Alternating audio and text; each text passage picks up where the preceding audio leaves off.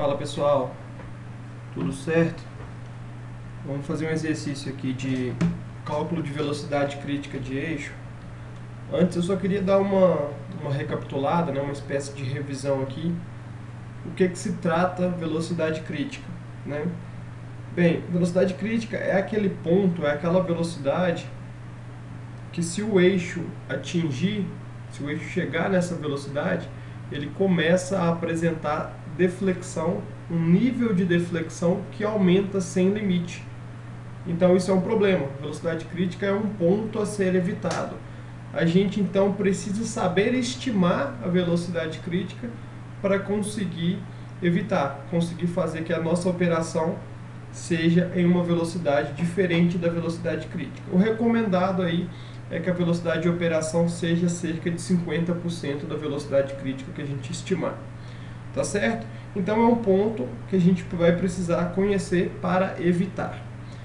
Bem, tem três formas de estimar essa velocidade crítica. Quando a gente está falando apenas do eixo, sem nenhum componente associado, a gente tem uma equaçãozinha, que é que eu vou usar no exemplo ali a seguir, para calcular a velocidade crítica em função das propriedades do eixo, né? Em função do modo de elasticidade, em função do momento de inércia da seção, do peso específico, que vai estar relacionado com a densidade desse material. Então é uma característica intrínseca do eixo. Tá? Só que quando o eixo está associado a algum componente, né, como uma polia, como uma engrenagem, essa velocidade crítica vai mudar.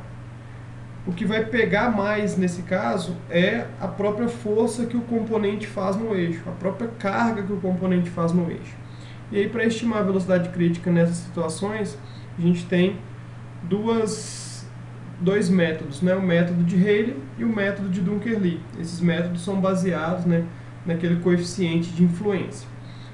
Mas bem, o exemplo que eu vou fazer aqui hoje é mais simples, a gente vai tratar apenas do caso da velocidade crítica de um eixo uniforme.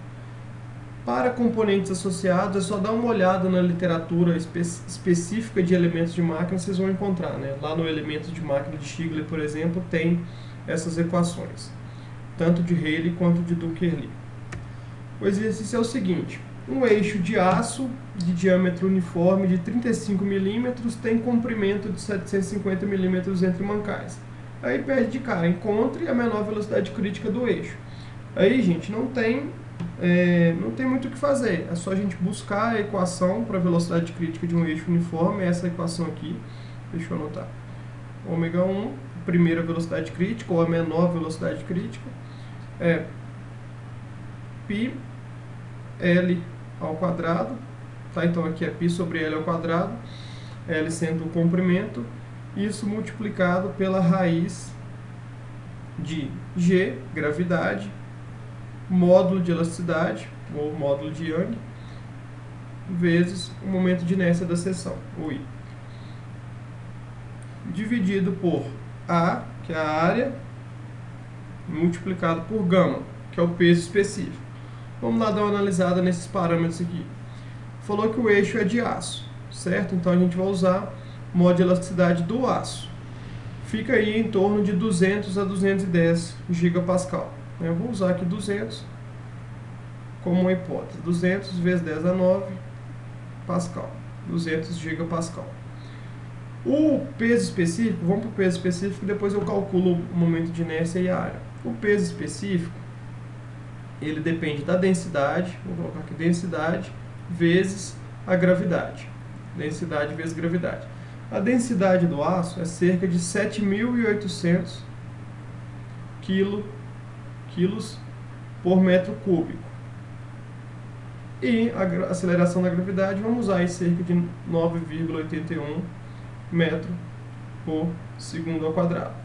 Esse produto aqui, eu tenho o resultado, deixa eu colocar aqui embaixo o gama, então vai ser igual a, deixa eu olhar aqui, 7,652 vezes 10 a 4, e a unidade. Quilo vezes aceleração, né? Massa vezes aceleração é força. Então, força, Newton, dividido, sobra o metro cúbico aqui embaixo. Newton por metro cúbico.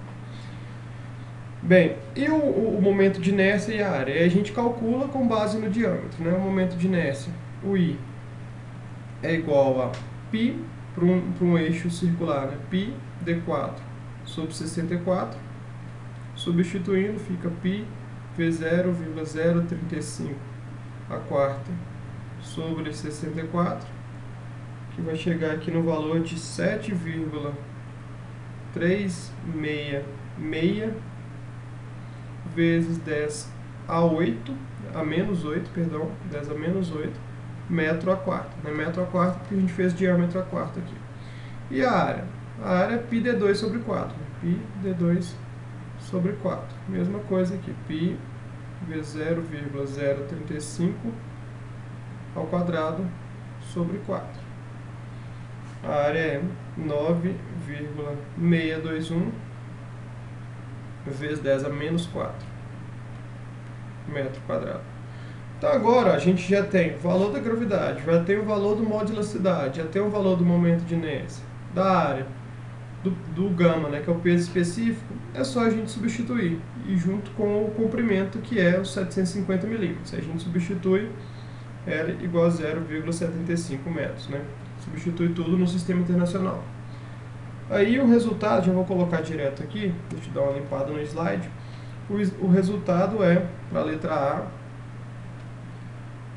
777,4 aproximadamente radiano por segundo. Tá? Usando todos os parâmetros no sistema internacional, a gente chega na resposta em radianos por segundo. Beleza? Deixa eu voltar aqui na equação, que é o seguinte, ó, a letra C. Vamos passar para a letra C primeiro. O modelo de metade do comprimento do eixo original tem qual velocidade crítica? Então vamos analisar apenas a equação aqui. Ó. Vamos descartar o resto aqui, vamos olhar para a equação. O que vai acontecer se a gente dividir esse L aqui por 2? Né? Se tiver metade do comprimento, vai ficar L sobre 2. L sobre 2 ao quadrado, né? A gente pode conservar o L sobre o L aqui, eleva só a divisão por 2 ao quadrado. Divisão por 2 ao quadrado vai ficar divisão por 4. Né? Aqui embaixo então vai ficar uma divisão por 4. Só que dividir por fração a gente pode multiplicar. Então a gente pode tirar essa divisão por 2 aqui e trazer aqui para frente o 2 ao quadrado, que é 4. Isso significa o quê? Em linhas gerais, se a gente dividir pela metade o comprimento do eixo, a gente multiplica por 4 a velocidade crítica, né? Que aqui tudo se manteve. Então dividir por 2 o comprimento significa que a gente multiplica por 4 a velocidade crítica. Vocês podem fazer o cálculo substituindo todos os valores e no lugar do L, onde eu coloquei 750 para achar aquele valor lá da resposta da letra A, vocês podem colocar 750 por 2, que vale 375, né? Ou 0,375. Vocês vão ver que vocês vão encontrar um número que é 4 vezes esse daqui. Eu tenho anotado aqui também quanto que dá mais ou menos. Deixa eu olhar aqui.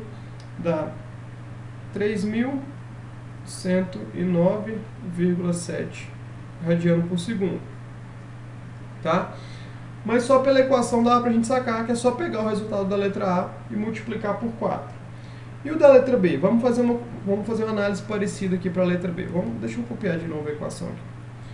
Ômega 1 é igual a π sobre L ao quadrado, que multiplica, né, a raiz de G, vou colocar G, o E, e o I, ao invés de colocar o I aqui, eu já vou expandir. O I é π d a quarta sobre 64, dividido por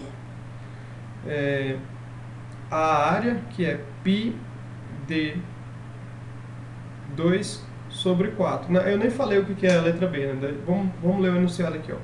A letra B fala o seguinte: se a meta for dobrar a velocidade crítica, encontre um novo diâmetro. Então, como a gente calcularia essa velocidade crítica com um novo diâmetro? Aí eu vou deixar a equação em função do diâmetro para a gente conseguir analisar diretamente pela equação qual que é o efeito da modificação do diâmetro. Né? A gente consegue ver essa relação diretamente. Então, π d ao quadrado sobre 4 é a área, vezes o gama. Essa aqui é a equação original, da forma que eu peguei lá do livro, só que ao invés de colocar o I e a área, eu já expandi aqui em função do D. Para quê? Olha aqui, ó. Aqui a gente tem d à quarta, aqui embaixo d ao quadrado. Cortando, né? A gente pode cortar o quadrado aqui, e aqui em cima vai ficar, aqui em cima vai ficar d ao quadrado. D ao quadrado. D ao quadrado, né, multiplicado aqui dentro da raiz, eu posso tirar esse d aqui de dentro, né? Eu corto o quadrado com a raiz e tiro o d. Então, o que acontece? Trazendo o d aqui para fora, a gente percebe que a velocidade crítica é diretamente proporcional ao diâmetro. Se eu quero, né, igual pede aqui na letra B, se eu quero dobrar a velocidade crítica, é só multiplicar o diâmetro por 2. Tá certo? Então, eles são diretamente proporcionais. Eu aumento, o tanto que eu aumentar no diâmetro, eu aumento na velocidade crítica. Se eu quero dobrar aqui, é só eu multiplicar o d também por 2. Né? Multiplicar ele aqui por 2. Se originalmente ele é 35, a resposta da letra B, então, vai ser 70 milímetros, né? Ou 0,07 metros. Vocês podem fazer o cálculo aí, substituindo todo mundo, deixando o d como variável, vocês vão ver que vai cair nessa resposta de 70 milímetros. Tá certo? Só um comentário aqui. Essa equação, ela vale para o eixo uniforme, né? Um eixo que não tem modificação de seção. Um eixo que é todo homogêneo. Se a gente tiver um ressalto, a princípio, né, essa equação não vale, né, se o eixo tiver um ressalto. Alguma coisa desse sentido aqui, ó, deixa eu colocar aqui em cima. Se tiver uma modificação de seção, algo desse tipo aqui.